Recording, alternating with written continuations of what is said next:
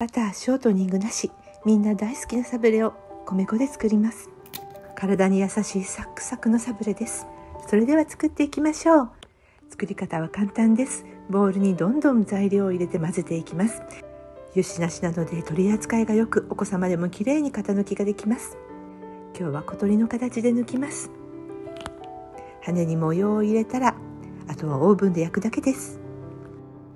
ふっくら焼けてサクサクの食感に。バターオイルなし、米粉で作るサクサクの懐かしい小鳥サブレ、皆様もどうぞお試しください。前編動画は YouTube にあります。